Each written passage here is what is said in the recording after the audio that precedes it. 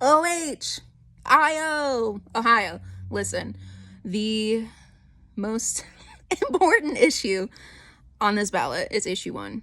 So those of you who did not vote yet, please listen. Please listen. Look into my eyes.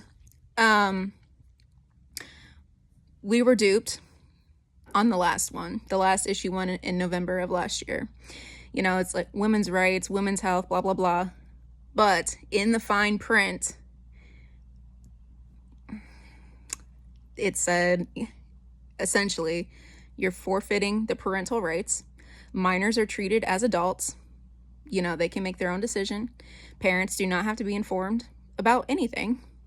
And if a baby is born, a botched abortion, the doctor who beforehand, before this was amended, had to have a second opinion. Now, if that doctor feels that this baby isn't even worth saving, he doesn't have to. So how does that affect women's health? Because in my book, that's murder. Because that baby's living literally outside the womb. But that's not what I'm talking about. I'm just stating that is the fine print that many of you were not aware of. You can check it. You can go to the Ohio Attorney General website. That's where I read all that.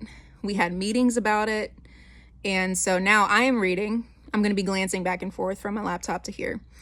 From the Ohio Secretary of State. So it's Ohiosos.gov for those of you who want to check me. And this isn't just opinion.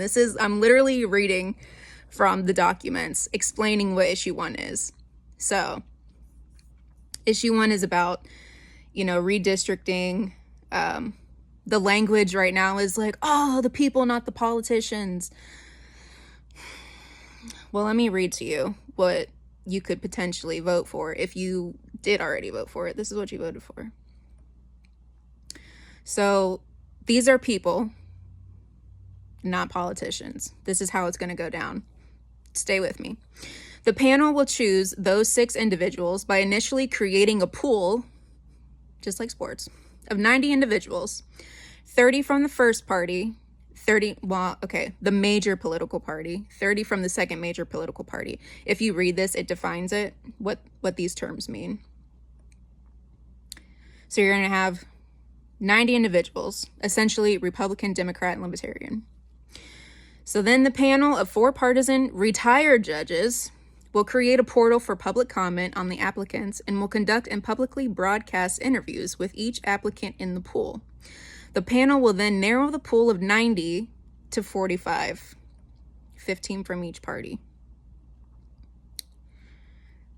This is what gets me. Randomly, by draw, the 4 partisan retired judges will then blindly select 6 names out of the pool of 45 to be members of the commission. 2 from the first major political party, 2 from the second major political party, and 2 from neither the first nor the second. Then 6 individuals, 6 randomly drawn individuals, will then review the applications of the remaining 39 individuals not randomly drawn and select the final 9. This goes on. This is 22 pages. So if you go to this website, there is an argument for issue 1. There's an argument against issue 1. But I'm just pointing out that these people are randomly selected, essentially pulling names out of a hat. You don't have to have credentials. You don't have to have the experience. If you just want to apply, you're going to redistrict Ohio. My other point, $125 a day. The taxpayers are paying these individuals who you may not even like, because if you're in a Democrat area, I'm Republican, so now I'm in charge of redistricting. Now you don't like me, and now you got to pay me. Okay, so $125 a day, and there's a stipend, an unlimited. What is this? What's it say? Issue 1 grants these unelected commission members with virtually unlimited power to spend Ohio tax dollars with no control by Ohio voters. Commission members could pay themselves whatever salaries they choose and force Ohio taxpayers to pay for as many expensive lawyers as they need, because they're going to need lawyers because they don't know how to redistrict. They don't know how to draw lines. So then they have to hire these people who know how to do it. So now you're paying these people and their lawyers. And there's also a budget for the cost of inflation, if in the event there's even more inflation. So this is what I want to point out to you. There's always fine print. So the language sounds so good, sounds so great, but there's fine print. And if you're not educated, you're voting by mistake, or maybe you don't care. Maybe you literally don't care and you're just voting to do it. I'm encouraging you. Please read this. Let me flip over. Wait, oh, I'm taking pictures. I'm not even flipping. Okay, never mind. Again, it's Ohiosos.gov. Ohiosos.gov. One word. I'm so stupid with technology. Please read this for yourself.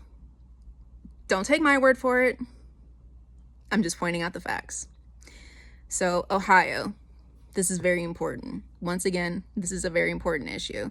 There have been people, the ACLU, other organizations coming into Ohio to fund this issue, to just like they did on the last one.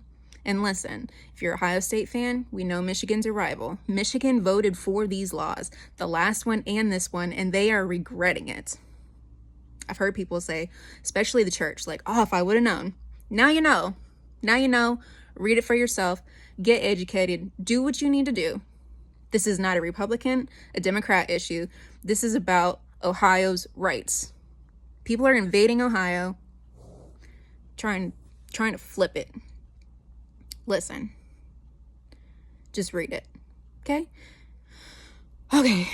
So that's it. This is really my last video. I don't have anything else to say. You know where I stand for the president. You know where I stand for Ohio. So, November 5th, big day. And at the end of the day, we're just going to shake hands, just like a match. We're going to shake hands. Hey, good game. And we can still be friends, no matter what party, no matter what platform. We can still be friends, okay? I love you. Have a good week.